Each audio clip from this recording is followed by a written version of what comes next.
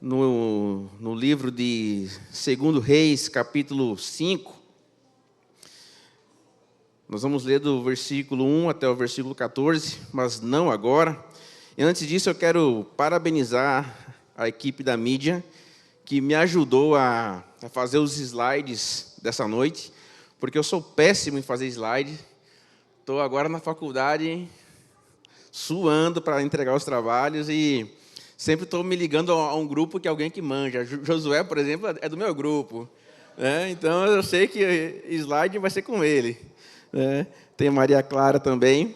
E então, hoje à tarde, recebi a incumbência de fazer de ministrar hoje à noite, e aí então passei o que eu tinha para a mídia, e eles fizeram um trabalho maravilhoso. Então quero que você aplaude o Senhor por essa equipe.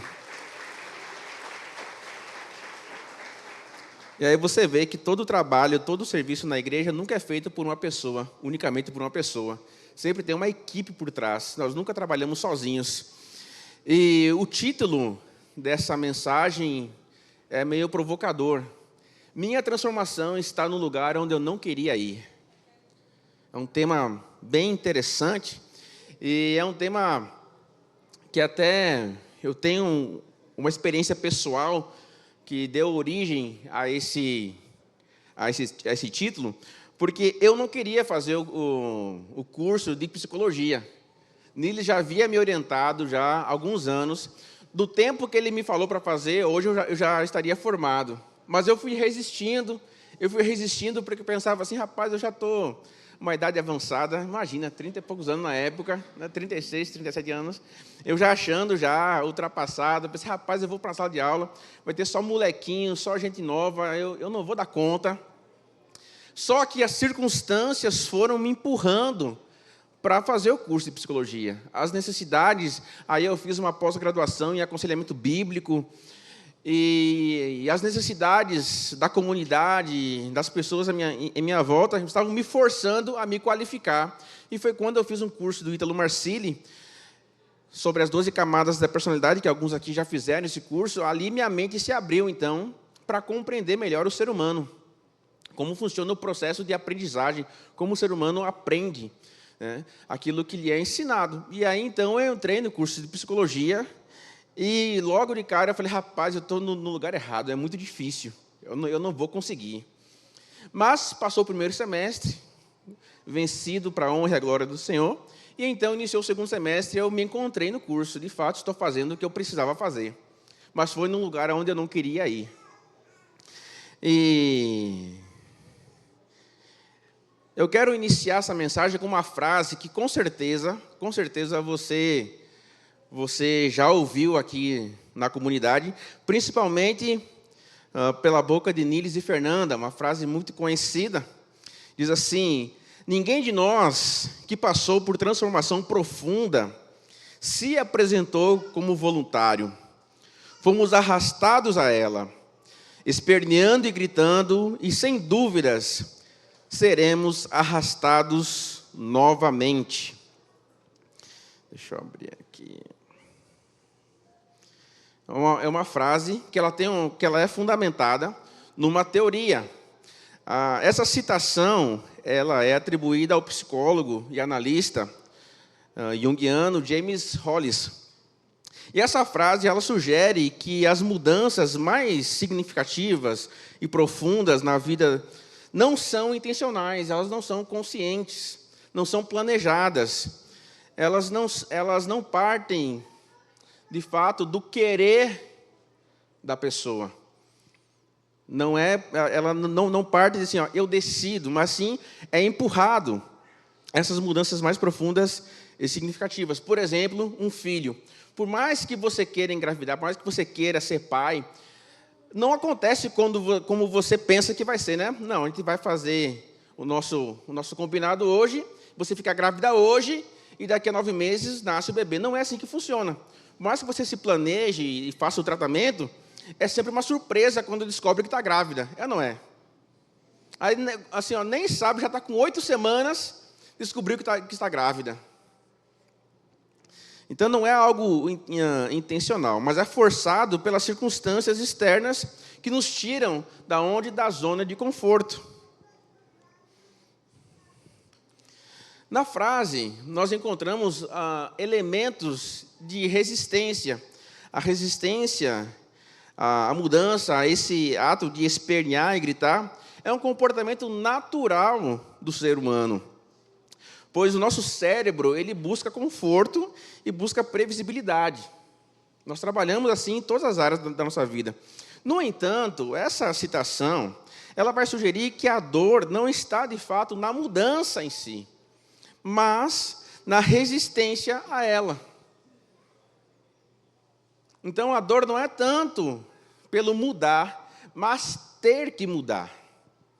Muitos de nós travamos nessa dimensão de ter que mudar e não querer mudar. A circunstância exige uma mudança, mas o meu medo do novo, o meu medo de não dar certo, o meu medo de me expor, me impede de mudar. Eu lembro que, alguns meses atrás, um discípulo me procurou para pedir orientação acerca de finanças, e ele estava com muita dificuldade financeira, muita mesmo, a ponto de precisar de doação de cesta básica aqui da comunidade. E aí, ele foi lá em casa, bem angustiado, para conversar, e aí eu falei com ele assim: irmão, você trabalha há quanto tempo nessa empresa atual? Trabalho há 8 anos, acho que era, 8 anos ou 10 anos. Então, o salário é X, correto? Tu sabe quanto você precisa ganhar para viver?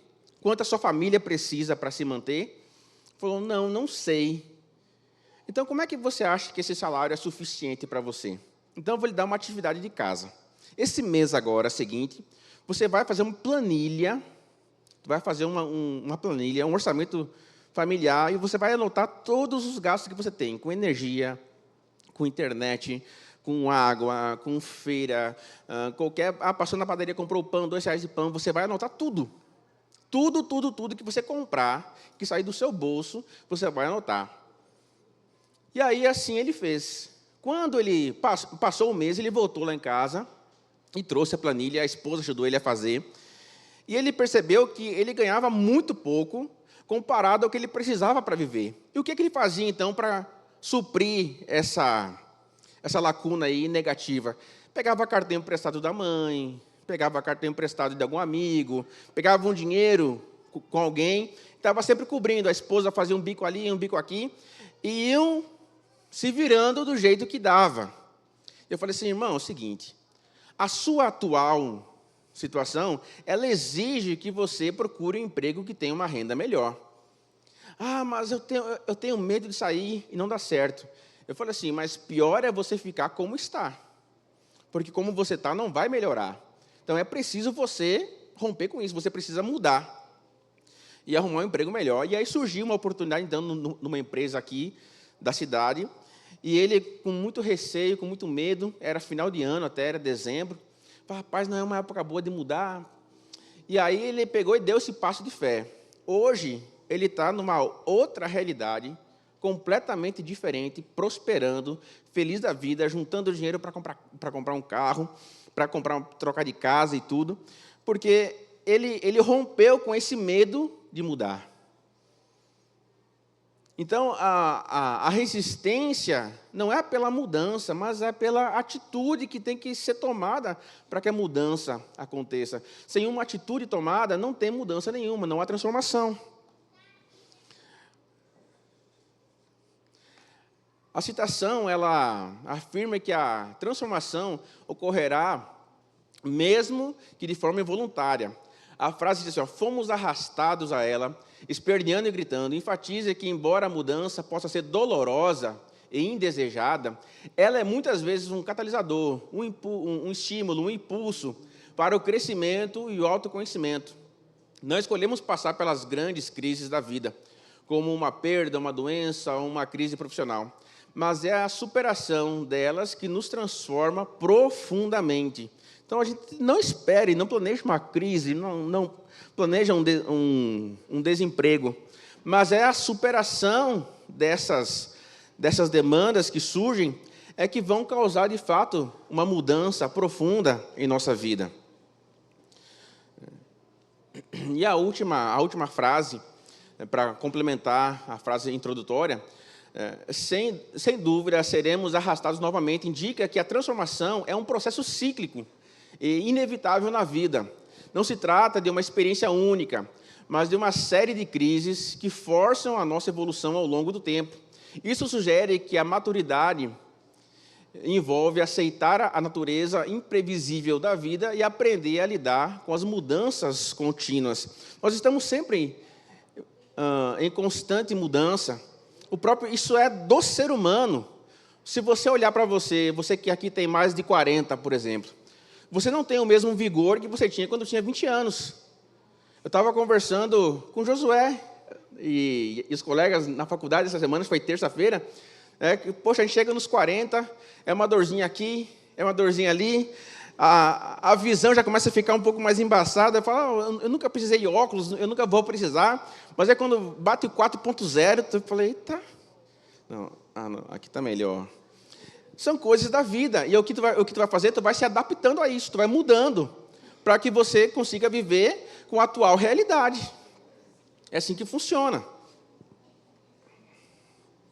E então, nós vamos entrar, propriamente dito agora, no texto bíblico, para fundamentar biblicamente aquilo que eu falei até agora. Eu trouxe aqui para vocês frases baseadas de forma científica, baseadas na psicologia junguiana, e eu tenho que apresentar aqui, como pastor, a visão bíblica disso, né?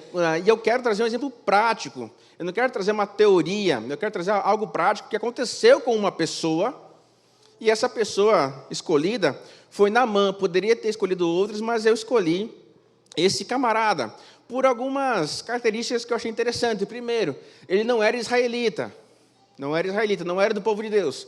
Ele era inimigo de Israel. Ele era um comandante sírio. A Síria foi um país que fez guerra com Israel durante muito tempo, foi inimigo, até hoje é assim. Então, eu escolhi justamente essa pessoa para que a gente entenda como esse processo de transformação vai acontecer. Nós seremos arrastados para essa transformação. Eu quero que você acompanhe comigo, então, a leitura desse texto. Segundo livro de Reis, capítulo 5, a partir do verso de número 1. Diz assim: Naamã, comandante do exército do rei da Síria, era grande homem diante de seu senhor e de muito conceito, porque por meio dele o Senhor tinha dado a vitória à Síria. Ele era herói de guerra, porém sofria de lepra. Tropas saíram da Síria e da terra de Israel, levaram cativa uma menina que ficou a serviço da mulher de Naamã. Um dia a menina disse à sua senhora: quem dera o meu senhor estivesse na presença do profeta que está em Samaria, ele o curaria de sua lepra. Então Naamã foi contar isso ao seu senhor, dizendo: assim e assim falou a jovem que é da terra de Israel. O rei da Síria respondeu: vá, enviarei uma carta ao rei de Israel. Então Naamã partiu e levou consigo 340 quilos de prata, 72 quilos de ouro e 10 mudas de roupa. Levou também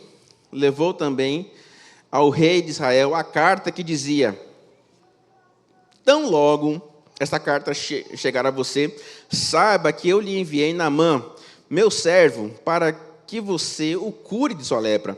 Quando o rei de Israel acabou de ler a carta, rasgou as suas roupas em sinal de medo e disse: por acaso sou Deus com poder de tirar a vida ou dá-la, para que esse envie a mim um homem para eu curá-lo de sua lepra?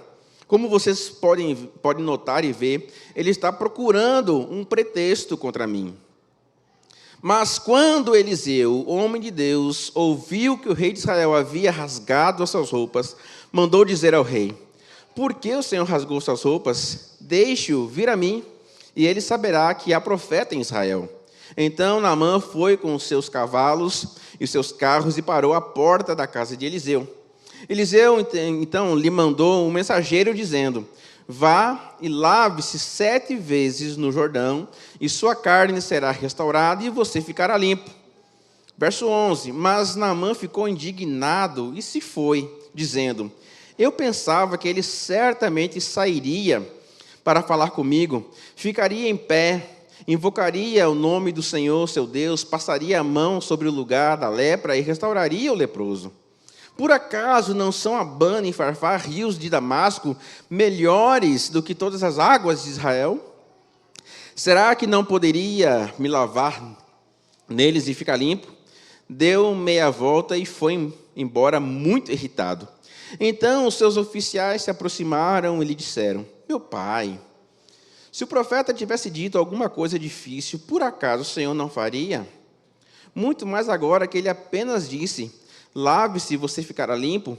Então Naamã desceu e mergulhou no Jordão 7 vezes, conforme a palavra do homem de Deus, e sua pele se tornou como a pele de uma criança, e ficou limpo. Até aí. Naamã, em hebraico, quer dizer deleite. Em hebraico quer dizer deleite. Naamã, ele era um comandante sírio, ele era um camarada renomado, um homem de guerra, muito vitorioso, e logo no verso 1 você vê que a Síria conseguiu muitas vitórias que o Senhor deu por meio dele. Então ele era um camarada muito bom, ele era de alto escalão no reino da Síria. O rei sírio confiava nele na época, aí era o rei Ben-Hadad. Você vai encontrar esse rei no primeiro livro de Reis, no capítulo 20 em diante. Você vai ver que houve alguns conflitos entre o rei da Síria e o rei de Israel.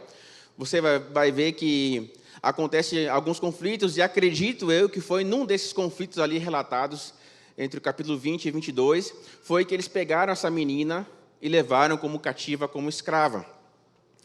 Naamã, comandante renomado, como eu falei, porém era leproso. Naamã tinha um currículo invejável. Naamã tinha um currículo que muitos homens da sua época nunca tiveram, e homens talvez até hoje nunca terão um currículo tão bom quanto o dele. Porém, era leproso.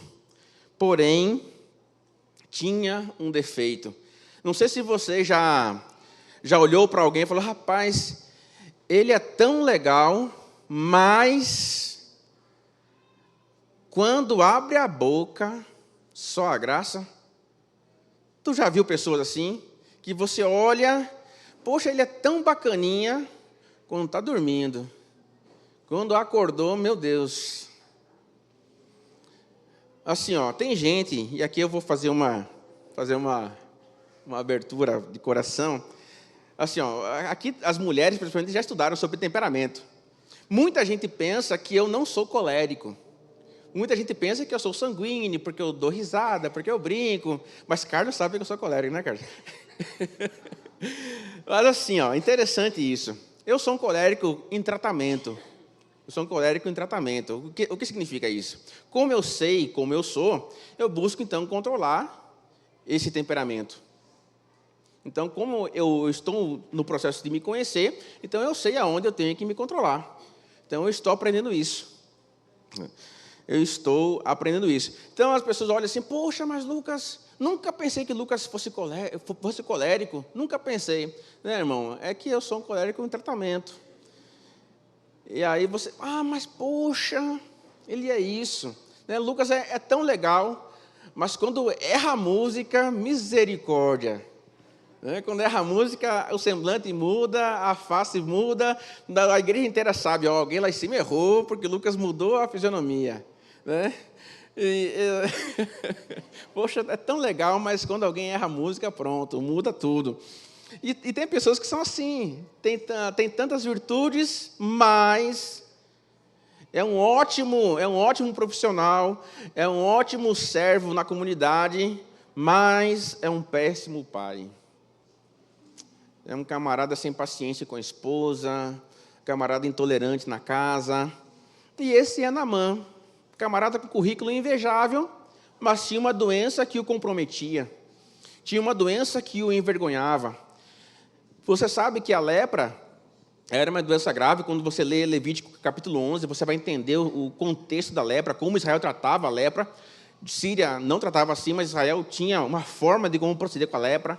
A pessoa era afastada, a casa era era fechada, praticamente ninguém podia chegar perto. Havia um proceder específico para a lepra. E Naamã era leproso, ele tinha uma doença de pele. E aí você pensa, então, aquele camarada que ia para a guerra, matava muita gente, chegava vitorioso, mas quando chegava na frente do espelho, quando tinha que tirar sua armadura, ali estava a sua verdade. Ali estava a sua verdade. Quando ele chegava no espelho e falava, cadê? E tirava sua armadura, cadê o homem de guerra? Onde está o homem de guerra aqui? Do que valia o seu currículo agora diante do espelho? Talvez até a sua relação conjugal deveria já estar comprometida, porque como a lepra é uma doença contagiosa, provavelmente a relação com a esposa já não existia. Então você pensa, um camarada casado sem o gagal dele. Complicado, é ou não é? Então imagina o quanto esse homem padecia e sofria por uma doença como a lepra. Por isso que eu botei isso aí, ó. Era um homem de valor, mas era um leproso. E acontece que, no decorrer do texto, então, ele fica sabendo que existe um lugar que ele pode ser curado, né? Só que era um lugar que ele não queria ir. Eu até botei aqui no esboço, ajuda necessária no lugar errado. Talvez essa fosse a ideia do sírio. Rapaz, eu preciso de ajuda, mas o último lugar do mundo que eu preciso ir é Israel. Eu posso ir para qualquer lugar, menos para Israel. Eu poderia achar essa cura, e a fala dele posterior lá, fala, pô, em Damasco não tem os rios Abana e Farfar melhor do que todas as águas de Israel? Por que eu tenho que me banhar nesse rio de Israel? Ajuda necessária no lugar que ele considerava errado. E aí, então, ele fica sabendo que nesse lugar errado há cura, porque aquela menina que foi levada escrava estava trabalhando na casa dele.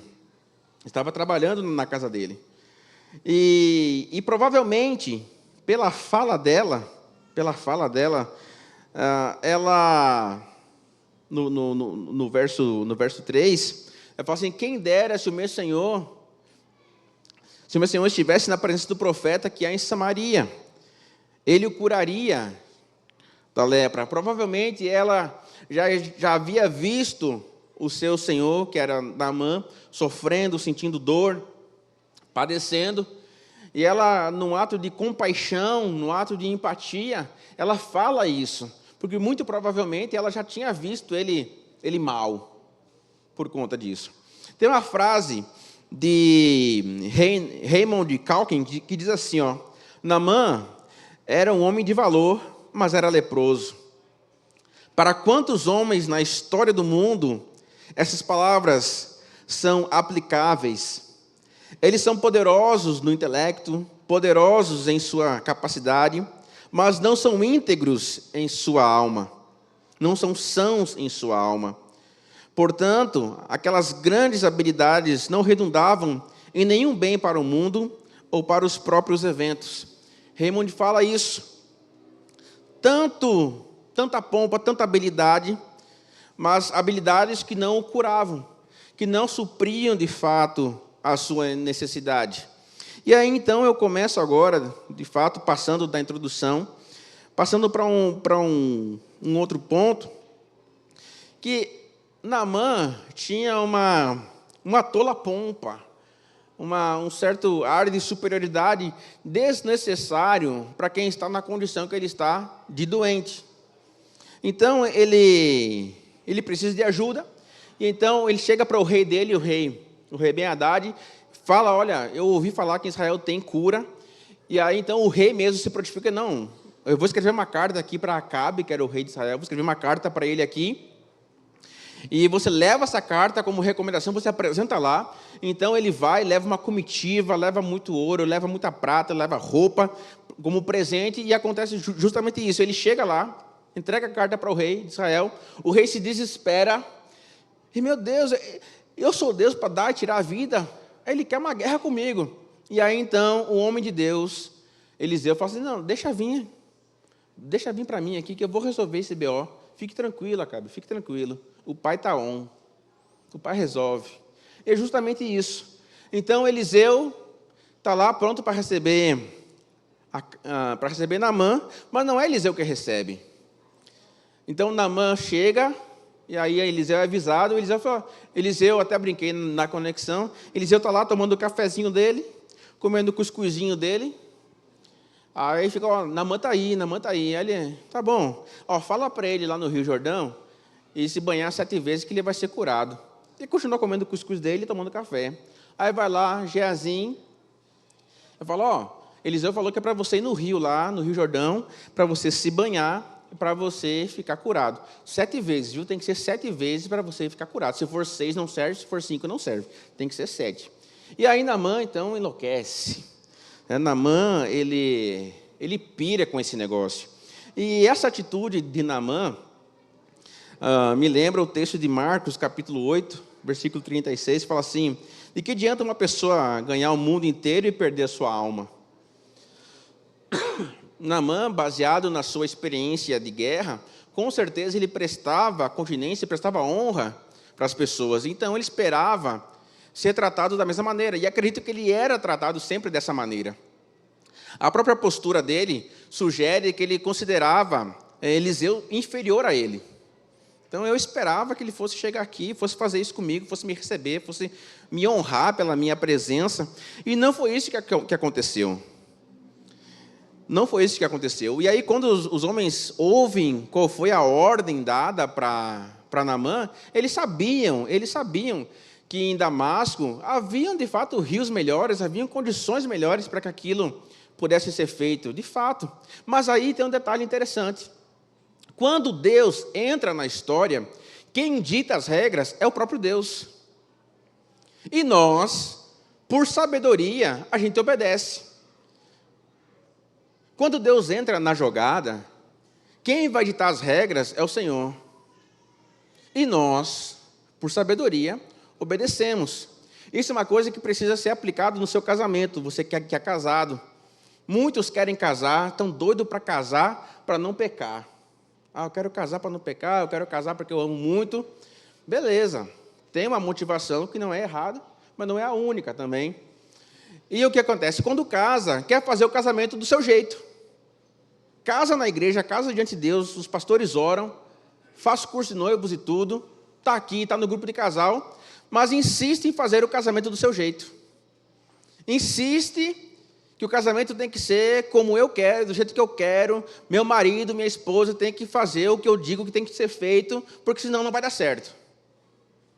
Mas espera aí, se você casou diante de Deus, se você casou no Senhor, quem ditará as regras do seu casamento é o Senhor, querido. Você como marido, o seu coração tem que estar voltado ao Senhor e à sua esposa. Você como esposa, o seu coração tem que estar voltado ao Senhor e ao seu marido, para que o seu casamento, de fato, seja com um propósito de Deus. Que o seu casamento seja construído nos princípios do Senhor. Porque eu quero casar com a bênção do Senhor, mas não quero que Ele governe o meu casamento. Eu quero que Ele me abençoe, mas eu não quero obedecê-lo, não quero honrá-lo.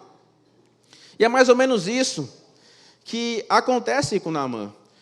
Ele recebe uma ordem que irá curá-lo. Entenda isso, ele recebe uma ordem que irá curá-lo. Mas ele resiste a essa ordem.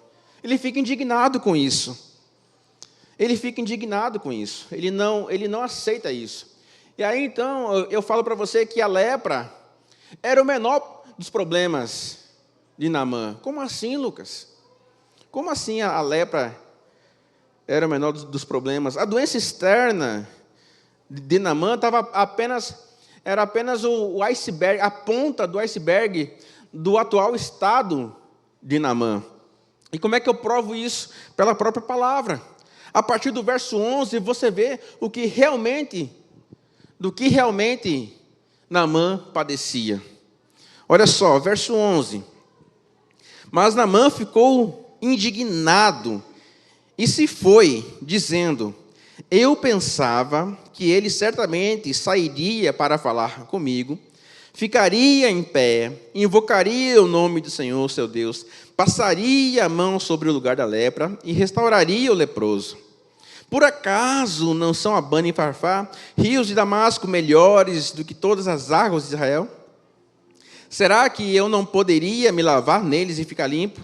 Deu meia volta e foi embora, muito irritado. Esse era o problema.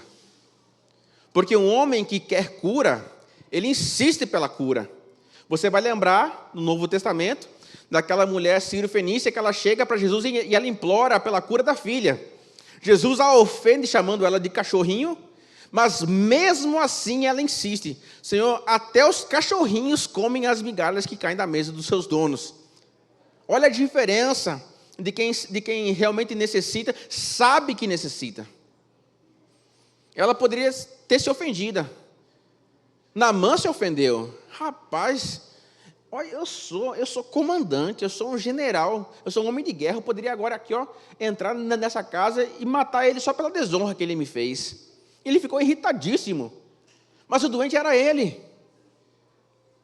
Mas ainda bem, aí tem uma historinha do filósofo Clóvis de Barros, que eu gosto muito, que ele vai falar da Branca de Neve. Acredito que alguns já ouviram essa historiazinha da Branca de Neve, né, que está lá o reino, o pai casou com uma outra mulher, Branca de Neve é filha, e tem a madrasta, e a madrasta chega sempre assim, espelho, espelho meu. Isso, essa frasezinha. E ela vai todo dia no espelho, e ela fala para o espelho, espelho meu, existe alguém mais bonito? Não, não existe. Aí um belo dia, ela chega e pergunta para o espelho, espelho meu, existe alguém mais bela do que eu? Sim, existe. Pronto, ali começa a desgraça. Ali começou a desgraça na vida de Branca de Neve e do reino todo. O que acontece? Branca de Neve tem que fugir, ela persegue Branca de Neve, ela causa o terror no reino, porque ela foi contrariada. Qual o problema de ter alguém mais bela que ela? Ela era rainha, ela tinha tudo, ela estava no trono, era esposa do rei. Mas quando ela foi contrariada, ela se transformou numa grande vilã. E a pergunta aí que Clóvis de Barros faz é, no que você se transforma quando você é contrariado? E a pergunta que eu faço para você agora, uma aplicação prática. No que você se transforma quando você é orientado por um pastor e você não concorda com aquela orientação? Você se transforma em quê? Eu digo a você que essa sua reação é um sinal de que uma mudança precisa ocorrer no seu coração. A sua reação é um termômetro para mostrar se você está com febre ou não, se você está doente ou não. A forma como você reage quando é contrariado é sinal de que você precisa mudar, querido. Quantos de nós empacamos no processo, porque durante o processo fomos contrariados, fomos orientados a fazer uma coisa que não gostaríamos de fazer, e aí travamos nisso, não avançamos nisso. Por isso aquela frase lá do começo, lá do início, quando a gente resiste, você pode resistir quanto for, mas você será arrastado para uma transformação, porque a necessidade vai exigir de você uma mudança.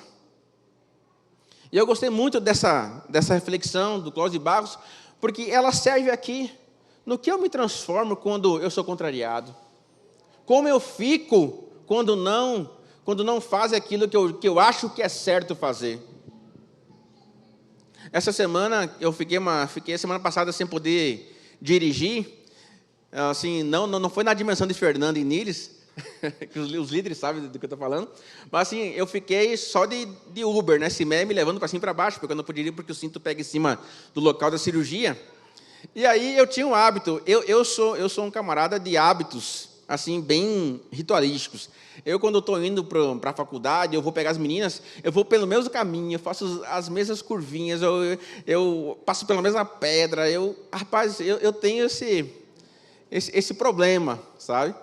E aí, quando eu dependia de Cimé para me levar para a faculdade, Cimé ia por outros caminhos. E eu ficava, falei, rapaz, aqui é mais perto. Não, mas aqui eu já conheço. Eu falei, mas eu sei, mas aqui é mais perto. Não, mas eu já conheço. Eu falo, rapaz, eu estou falando que aqui é mais perto. Ah, tá bom. Hoje de manhã quase que eu faço ela bater o carro por conta disso. Porque ela automaticamente ela ia pelo caminho que ela estava acostumada a fazer. E aí eu falei, não, rapaz, é só você entrar aqui, ó, ali em frente a Los Pampas, atravessa o sinal, atravessa a pista, logo do lado do Varejão já tem uma rua que vai dar na faculdade, é facinho. Aí ela ia dar a volta no São Roque, coisa e tal. Só que a forma, como eu falei, foi tão assustadora, assim, ela tomou um susto. E aí eu já estava passando um carro do lado, assim, quase que ela bateu, né? E aí eu lembrei disso aqui, rapaz, quando eu sou contrariado, como é que eu reajo? Como é que eu procedo quando as coisas não saem como eu planejei? E aí eu chego no segundo ponto, que é trazido pela circunstância. Naamã, ele foi trazido pela circunstância. Ele não foi até o profeta porque ele queria ir. Ir a Israel estava fora dos planos. Mas ele ouve aquela menina falar, ele ouve aquela escrava falar, ele toma aquilo como verdade. Provavelmente ele tomou isso como verdade porque era a última cartada dele. Acredito eu que ele se submeter aí no rei inimigo, num território inimigo, assim, se expor, porque ele poderia, ali, ele foi com uma comitiva que não era tão grande. Então, assim, se o rei de Israel quisesse, poderia dominar ele e botar ele como escravo. Poderia ter acontecido isso. Então, para ele se submeter a um risco desse, provavelmente ele falou, rapaz, eu não tenho mais nem para onde ir. Já tentei todos os meus caminhos, já tentei todos os lugares, agora só me resta mesmo essa opção que essa menina falou. Bora lá ver se vai realmente ser isso. Bora ver se vai ser verdade. E então ele vai. Mas não era a primeira opção. Então ele foi trazido pela circunstância. Muitos de nós somos arrastados, trazidos pela circunstância a uma transformação, a uma mudança de hábitos. Quantas pessoas que passam por um problema estomacal, uma gastrite, alguma coisa, e aí ela tem que parar de comer o quê? Gordura. Ela tem que parar de tomar o quê? Refrigerante. Então, esse processo de reeducação é uma transformação. Pessoas que têm problemas cardíacos precisam mudar alguns hábitos. Então, precisa passar por uma transformação por conta de uma necessidade, de uma circunstância. E Naamã é essa pessoa, ele foi trazido a Israel por uma circunstância. É claro que ele não planejava ficar doente, mas ficou, aconteceu. E ele chega lá, ele dá ouvido à informação daquela menina. E assim, preste atenção nesse detalhe. A fala dessa menina, de falar, olha, quem dera se o meu Senhor fosse para Samaria, e lá ele encontrasse o profeta, o homem de Deus, com certeza ele curaria. Essa frase ela é tomada como uma provisão divina, teologicamente falando. É como se fosse assim, uma ação de Deus em favor daquele homem, uma provisão de Deus. E de fato foi uma provisão de Deus. Aquela menina está lá, naquele momento, naquela situação, e ela falar um negócio desse. Então ali foi uma ação de Deus em favor daquele homem. E eu acho interessante aplicar algo aqui na minha vida e na sua vida. Dessas provisões de Deus que aparecem para mim e para você, em forma de pessoas, nos orientando, nos conduzindo, nos alertando. Nós damos ouvidos a isso?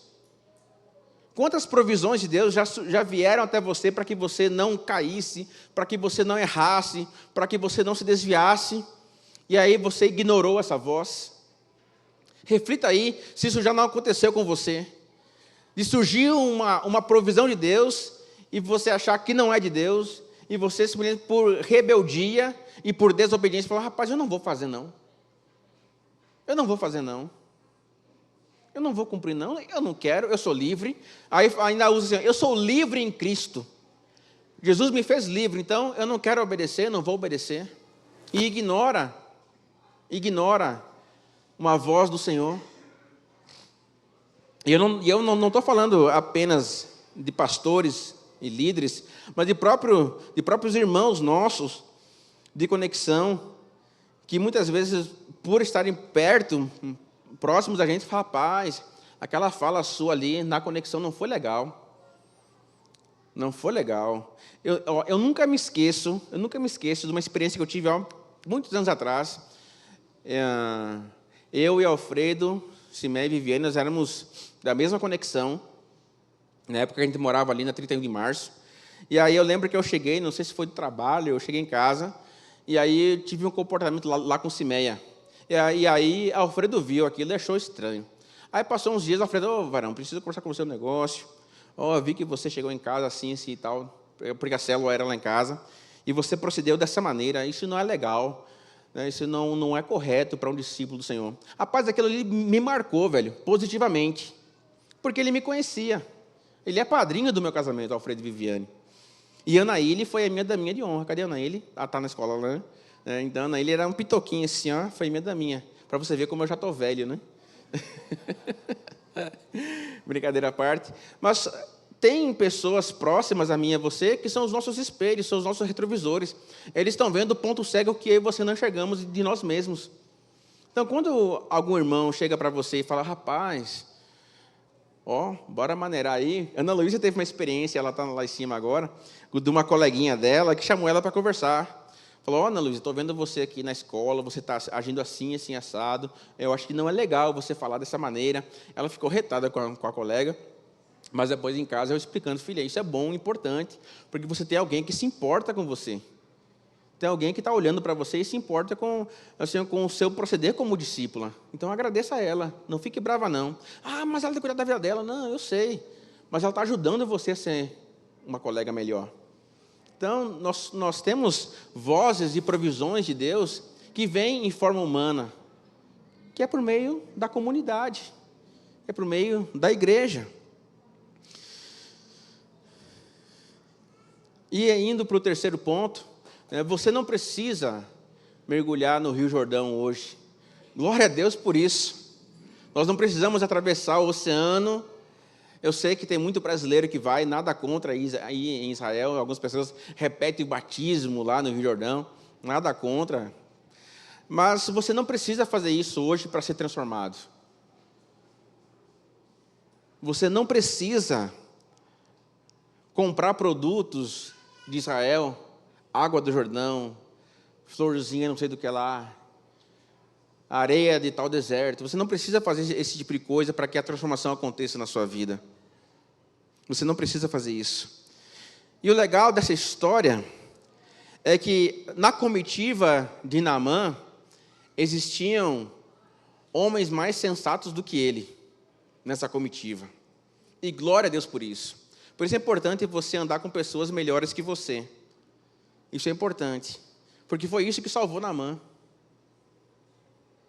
Naamã não foi salvo por ele mesmo, porque ele não iria obedecer. Ele não iria. Ele ficou retado com Eliseu. Ele fica irritado. O texto fala disso. Ele ficou muito irritado. Ele dá as costas, está indo embora, piradão. Ele fica muito indignado. Mas ainda bem que naquela comitiva havia homens mais sensatos do que ele. Havia homens que estavam mais preocupados com ele do que ele mesmo. Estavam mais atentos ao que ele precisava do que ele mesmo. O texto fala assim no verso de número 13. Então os seus oficiais aproximaram e lhe disseram, meu pai, se o profeta tivesse pedido alguma coisa difícil, por acaso o Senhor não faria? Muito mais agora que ele apenas disse, lave-se e você ficará limpo.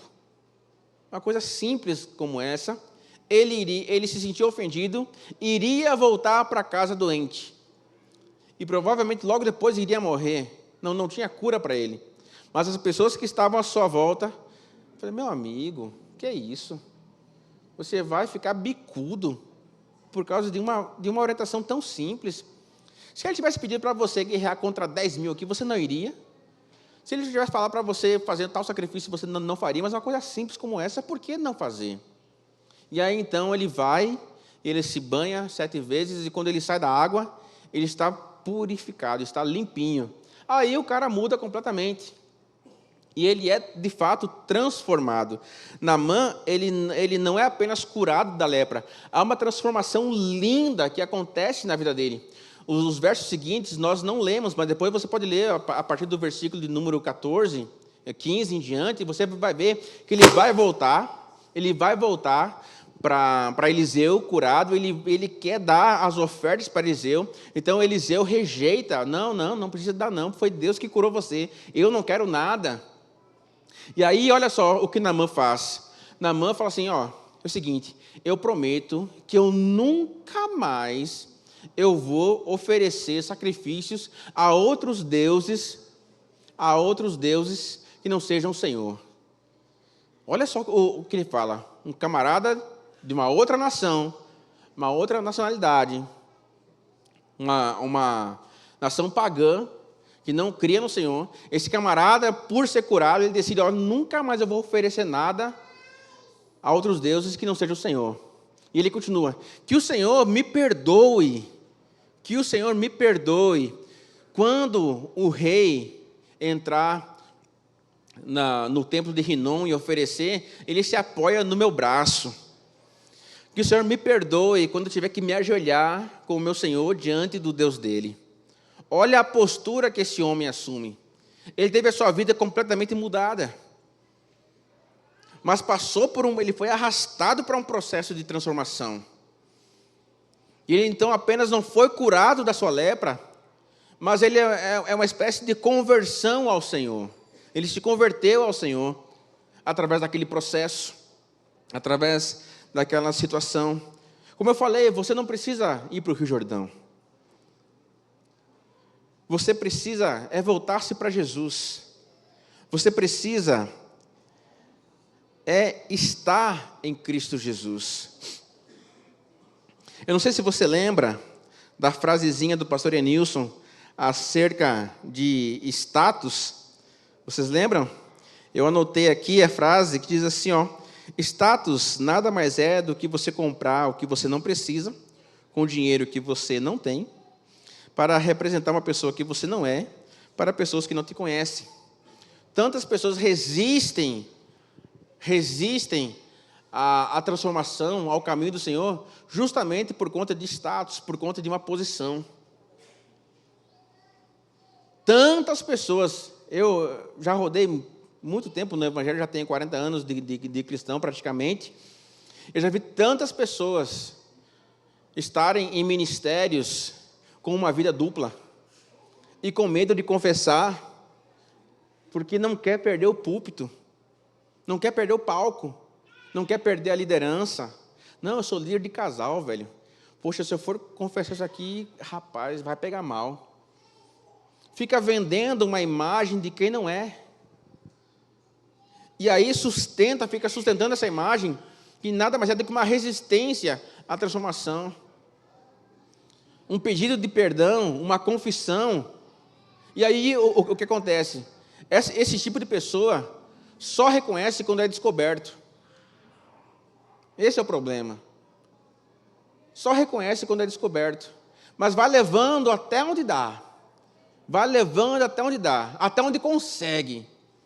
Mas como o Senhor é o dono, o Senhor é o Senhor da vida, ele fala, filho, você precisa de uma transformação, você precisa de uma mudança. E então é arrastado para uma transformação. E quando as pessoas resistem por status, rapaz, eu sou empresário, como é que eu vou falar que eu estou mal financeiramente? Rapaz, eu sou pastor de criança no Videirinha, como eu vou falar que meus filhos são mal educados? Como é que eu vou fazer? E aí fica mantendo essa posição que não vale de nada, porque o Senhor está vendo. O Senhor está vendo a sua real condição, a realidade do seu coração. Quantos pais estão destruindo a identidade dos seus filhos por orgulho, por arrogância, achando que um jogo de futebol vai substituir a ofensa e a surra desproporcional. Vai lá, xinga o menino pra caramba, esculhamba o menino pra caramba, bate no menino pra caramba, e depois dá uma bola de futebol ou dá um PlayStation e acha que esse presente vai aplacar a ferida que abriu no coração daquela criança. Quantas mulheres têm sido tolas, botando o seu casamento a perder por orgulho. Ah, ele prometeu que seria assim, não é. Agora também eu tenho direito de ser como eu quero. Quantas mulheres sendo tolas, destruindo os seus casamentos, arruinando a educação dos seus filhos, tudo por orgulho, tudo por achar que eu tenho o direito de me sentir ofendido, me sentir ofendida. Eu tenho razão de fazer o que eu estou fazendo. Quantas vezes eu caí nessa burrada de acreditar que eu tinha razão de ser como eu era. Quantas vezes eu cometi esse erro de achar que o meu comportamento era certo porque eu tinha justificativa de ser como eu era, de falar como eu falava. Até o dia que o Senhor falou assim: Lucas, já basta, chega. E me corrigiu, me trouxe para um processo de transformação dolorido demais. Quero passar de novo, pelo amor de Deus, Senhor, não quero. Mas foi importante para mim. Foi importante passar por esse processo de mudança, de limpeza. Esse processo que às vezes arde na carne, dói. Mas é preciso. É preciso passarmos por isso. Jesus está chamando para entrarmos num caminho de humildade. E esse caminho de humildade é só nele que nós conseguimos acessar. É só por ele. Mateus capítulo 11, o final do capítulo, que ele vai falar: tomem sobre vocês o meu jugo, e aprendam de mim. Por quê? Porque eu sou manso e humilde de coração. A humildade nos torna moldáveis. O orgulho, pelo contrário, enrijece. Mas a humildade nos torna quebrantados. Nos torna permissíveis na ação de Deus. É muito mais fácil você moldar uma argila quando ela está ali molinha, macia, novinha, é ou não é? Agora deixa a argila 3, 4 dias lá em cima da prateleira, depois você vai moldar ela, é dura, ela já está mais rígida, ela já começa a trincar, e aí você pode até perder. Assim somos eu e você na mão do Senhor. Por que endurecer, por que enrijecer no processo dele? Ele é bom, é ele que sabe os pensamentos que tem a meu e a seu respeito. É ele que sabe aonde ele quer levar você. É ele que tem um propósito eterno para a sua vida e para a minha vida. E por amor, ele não vai permitir que nós sejamos sujos o tempo todo. Ele vai nos limpar, ele vai nos moldar para fazer a vontade dele. E passaremos pelo processo. Cedo ou tarde passaremos. Seremos arrastados, de alguma forma ou outra seremos. Mas é para o nosso bem. É para o nosso bem. Eu quero finalizar com o texto de Filipenses, capítulo 2, versículo 5 ao 8. Texto conhecidíssimo. Filipenses, capítulo 2, versículo 5 ao versículo 8. Tenham entre vocês o mesmo modo de pensar de Cristo, que mesmo existindo em forma de Deus, não considerou o ser igual a Deus, algo que deveria ser retido a qualquer custo. Pelo contrário, ele se esvaziou, assumindo a forma de servo, tornando-se semelhante aos seres humanos e reconhecido em figura humana. Ele se humilhou, tornando-se obediente até a morte e morte de cruz. Jesus nunca foi humilhado, ele se humilhou. Isso é uma virtude que nós precisamos desenvolver, se humilhar. Eu falava para alguém essa semana, que eu não me recordo, foi algum discípulo que eu conversava sobre isso, sobre a questão do humilhar-se, que tem gente que entende errado: os humilhados serão exaltados, e não é isso que o texto disse. Aquele que se humilha será exaltado. Há uma grande diferença em ser humilhado e se humilhar. Há uma grande diferença. E eu falando para esse discípulo: rapaz, eu sugiro que você escolha a segunda opção, se humilhe. Se humilhe, peça perdão, reconheça. Porque vai ser bem pior se você tiver que ser humilhado. Vai ser bem pior. Então se humilhe. Porque foi o que Jesus fez. Ele se humilhou, ele tornou-se obediente até a morte, e morte de cruz.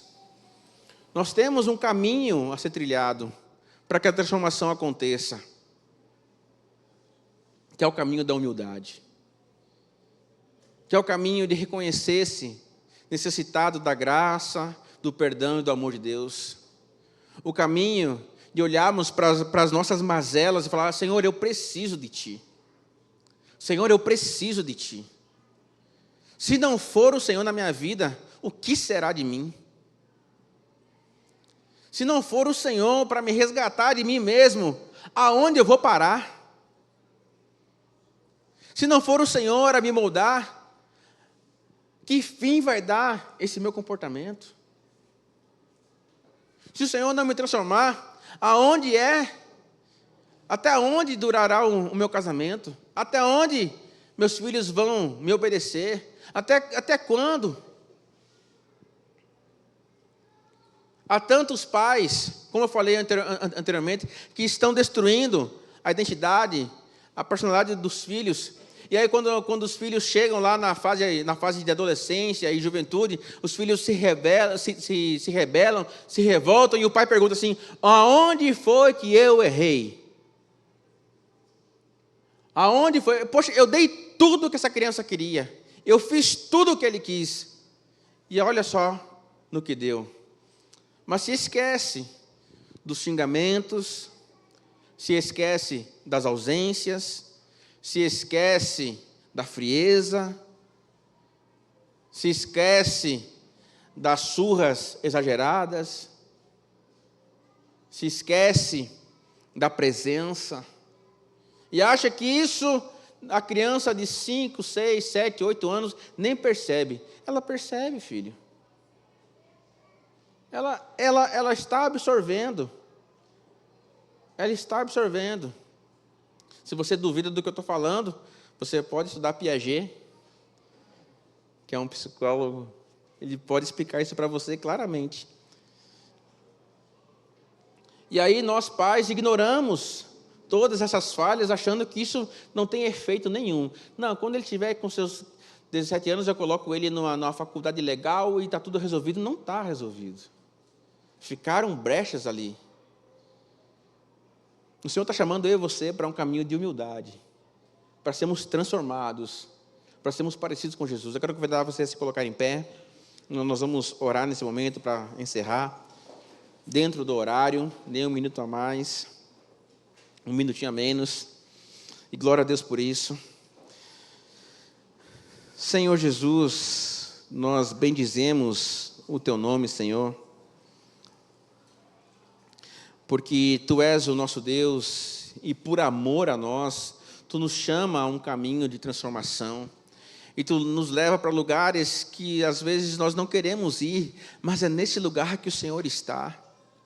Foi assim que Tu fez com o povo de Israel, levou para o deserto, para que no deserto fossem tratados, e lá eles foram tratados, e tiveram condições de entrar na terra prometida. Assim o Senhor faz conosco hoje, nos molda, nos chama para um caminho de transformação, de mudança, um caminho, Senhor, baseado na humildade. É isso que nós queremos, Jesus, hoje, no dia de hoje, é nos despojar, Senhor, de todo orgulho. Queremos agora confessar a Ti, Senhor, o orgulho, a resistência de querer mudar, sabendo que precisamos mudar, mas não mudamos por orgulho. Hoje nós nos despojamos disso, Jesus. Queremos ser, Jesus, aquilo que Você planejou que sejamos. Tu nos salvou para sermos parecidos contigo, ter o mesmo pensamento que Tu tens. Assim nós oramos nessa noite, assumindo esse compromisso contigo, Jesus. Queremos estar num caminho de transformação, queremos andar em humildade como o Senhor andou. Assim eu oro em nome de Jesus, em nome de Jesus. Amém e amém. Estamos encerrando a nossa macro. E acabei de receber aqui uma mensagem da pastora Fernanda, confirmando, próximo domingo, batismo, tá bom? Então, dia 12, Próximo domingo, dia 12, teremos batismo 18 horas aqui na comunidade. Tá bom? Uma boa noite, Deus abençoe.